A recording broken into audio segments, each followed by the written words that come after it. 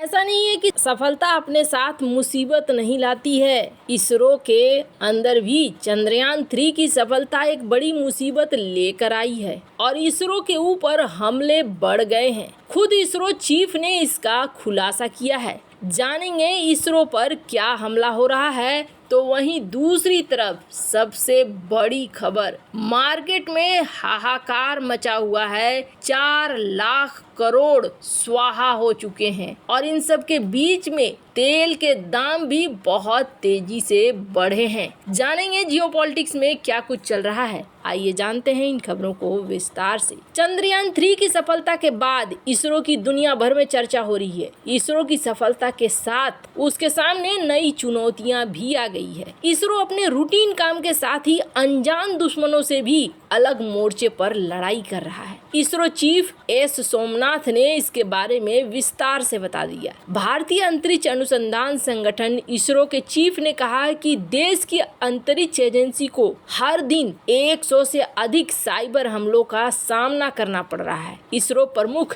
केरल के कोच्चि में 2 दिवसीय अंतर्राष्ट्रीय साइबर सम्मेलन के 16वें संस्करण के में हिस्सा लेने पहुंचे थे। TOI से बातचीत करते हुए सोमनाथ ने कहा कि केवल इसरो ही नहीं बल्कि कई अन्य सिस्टम को सैकड़ों साइबर प्रयासों का सामना करना पड़ता है, लेकिन हमारे कई सुरक्षा उपायों, हार्डवेयर सॉफ्टवेयर दोनों के जरिए ऐसे प्रयासों को रोक दिया गया है। वे किसी भी साइबर प्रयास की सुरक्षा के लिए हैं। सोमनाथ ने कहा कि एक साइबर प्रयास तभी हमला बनता है जब वो सुरक्षा प्रणाली को भेदने में सफल हो जाता है, लेकिन ऐसा नहीं हुआ है। इसरो के पास ऐसे प्रयासों का सामना करने के लिए एक मजबूत सुरक्षा नेटवर्क है। हमारे पास कई फायरवॉल और सुरक्षा तंत्र है, इसलिए इन सभी प्रयासों को एक बिंदु से आगे बढ़ने की अनुमति नहीं दी है। ये हमारे फायरवॉल की बाहरी परत पर ही रुक जाते हैं। सोमनाथ ने कहा कि साइबर हमलों की आशंका रॉकेट टेक्नोलॉजी में बहुत अधिक है। ये अल्ट्रा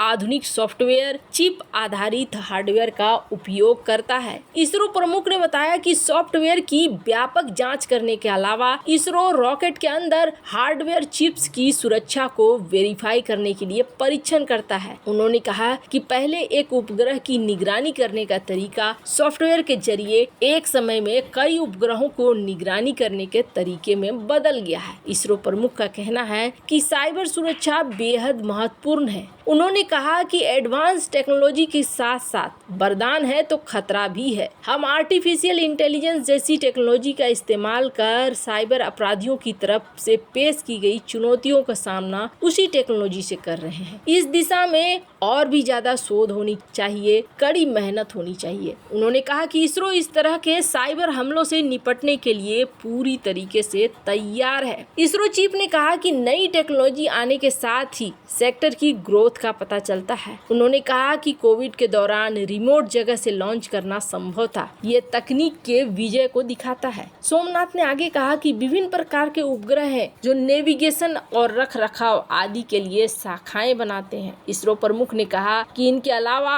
आम लोगों के दैनिक जीवन में मदद करने वाले उपग्रह भी हैं। इन सभी को अलग अलग प्रकार के सॉफ्टवेयर के जरिए कंट्रोल किया जाता है और अब तक भारत का इसरो सैकड़ों इस तरीके के हमले को रोक रहा है। खैर, ये तो तय था जिस तरीके से भारत अंतरिक्ष में सफलता हासिल कर रहा है, ये सारी चुनौतियां उसके सामने आएंगी। जहां एक तरफ ये सब कुछ हो रहा है, वहीं दूसरी तरफ एक हाहाकार सा मचा हुआ है शेयर मार्केट में। आपको बता दें, हफ्ते का पहला दिन BSE सेंसेक्स, NSE निफ्टी दोनों ही भारी गिरावट के साथ खुले हैं। सेंसेक्स करीब 500 अंक की गिरावट के साथ ट्रेड कर रहा है। निफ्टी 19,500 अंक के करीब आ गया है। Indian railway finance corporation Suzlon के शेयरों में 5% की गिरावट आई है, जबकि विक्स में 12% की तेजी आई है। शेयर मार्केट में गिरावट से निवेशकों को 4 लाख करोड़ रुपए का झटका लगा है। BSE लिस्टेड कंपनियों का मार्केट कैप गिरकर करीब 316 लाख करोड़ रुपए हो गया है, जो पिछले सेशन में 320 लाख करोड़ था। सेंसेक्स के शेयरों में Tata steel, SBI, NTPC, JSW steel, इनके शेयरों में ज्यादा गिरावट आई है। वैसे आपको बता दें, इस तरीके का हाल ऐसा नहीं है कि सिर्फ भारत में है। स्क्रीन पर आप आर्टिकल देखिए, दुनिया भर के शेयर मार्केट का कुछ वैसा ही हाल है इस वक्त। और जो तेल की प्राइस है, वो तेल की प्राइस भी बुरी तरीके से बढ़ रही है। और ये सब कुछ क्यों हो रहा है, तो आपको बता दें, ये सब कुछ इसलिए हो रहा है क्योंकि इजराइल और फलस्तीन का युद्ध चल रहा है। अब समस्या ये है कि सबसे बड़ी बात ये है कि ये युद्ध कहाँ जाएगा, किसी को कुछ भी नहीं पता है। इस युद्ध में आगे क्या हो सकता है, अंदाजा किसी को भी नहीं है। स्क्रीन पर आप देखिए, रियाद में भी